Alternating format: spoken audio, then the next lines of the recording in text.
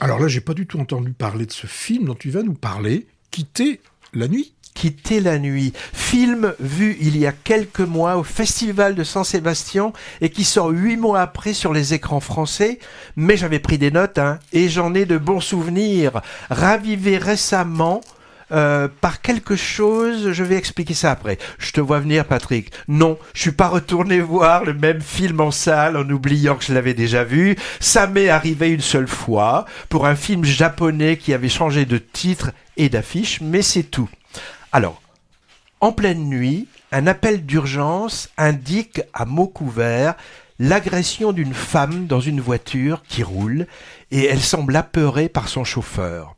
Au bout du fil, une opératrice du 112, troublée, va prendre les choses en main. Le premier quart d'heure, façon polar, comme en apnée, est vraiment scotchant.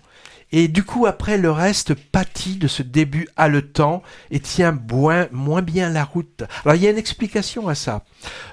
Pour son premier long métrage, la réalisatrice franco-belge, elle s'appelle Delphine Girard, elle a repris un de ses courts-métrages très remarqués.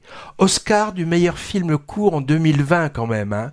Comme c'est parfois le cas, elle l'a repris pour étoffer l'histoire en la prolongeant. Alors j'ai eu l'occasion de voir récemment ce court-métrage à Clermont pour une rétrospective des films primés les années précédentes. Je l'ai vu après avoir vu Quitter la nuit, et donc je dois dire qu'il était déjà très maîtrisé, et il est repris presque tel quel dans son long, avec d'ailleurs la même actrice principale.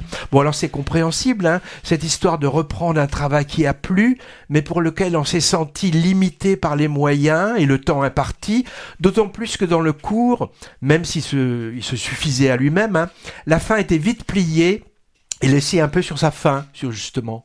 Ouais. Mais là, je sais pas si c'était forcément une bonne idée d'en rajouter de la manière dont elle l'a fait. Elle a poursuivi son histoire, qui se terminait plutôt en happy end dans le court-métrage, en prolongeant le drame et en choisissant un sujet ô combien d'actualité, celui du consentement lors d'un rapport sexuel. La jeune fille, en effet, porte plainte pour viol contre son agresseur, qui nie en évoquant un rapport consenti. Parole contre parole, il y aura procès avec retour sur cette nuit tragique qui va bouleverser la vie des trois protagonistes. Intéressant ce personnage féminin qui ne veut pas être cantonné au statut de victime. Ali, elle s'appelle, cette jeune femme indocile qui n'a pas le profil d'une victime idéale, entre guillemets. Elle m'a rappelé celle assez identique de La Nuit du 12, film césarisé il y a 2 ans. Alors, le portrait du personnage masculin, qui s'appelle Dari, n'est pas manichéen non plus. Il n'est pas montré comme un salaud, mais plutôt situé dans une zone grise, avec des aspects attachants malgré ses actes. Et enfin, le troisième personnage, Anna, l'opératrice policière donc du début, elle revient aussi dans l'histoire et j'ai trouvé que c'était un peu factice, avec une sororité pas forcément crédible qui s'installe entre les deux personnages féminins. Une mention spéciale à cette actrice qui joue ce personnage d'Anna. Elle s'appelle, je vais écorcher son nom, Verle Battens. C'est une actrice flamande au jeu tendu et plutôt charismatique. Donc de Quitter la nuit, une étude psychologique de 3 personnages évoquant la violence masculine sur les femmes de façon assez subtile, sans être trop manichéen. Je retiens surtout donc cette fameuse première partie très efficace, cinématographiquement parlant.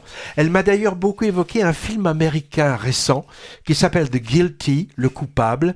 C'est avec Jack Gyllenhaal. Pour ceux qui y remettent pas, c'est un des cow-boys de Brokeback Mountain. Alors, dispositif assez radical dans ce film. On est tout le long du film dans une salle d'un centre d'appel des urgences de Los Angeles, le fameux 911, avec un dialogue téléphonique entre un flic et une personne qui appelle au secours. Et plusieurs twists ménagent du suspense pendant 90 minutes pendant lesquelles on ne sort jamais de la salle d'écoute. C'est le spectateur en fait qui se fait l'action dans sa tête à partir seulement des échanges verbaux. Je sais pas qui a pompé sur qui et je sais pas même s'il y a eu pompage d'ailleurs, mais disons que le début très réussi de Quitter la nuit me fait beaucoup penser à celui-là, scénaristiquement et formellement parlant. Alors, j'ai quand même cherché. L'Americain The Guilty, il date de 2021.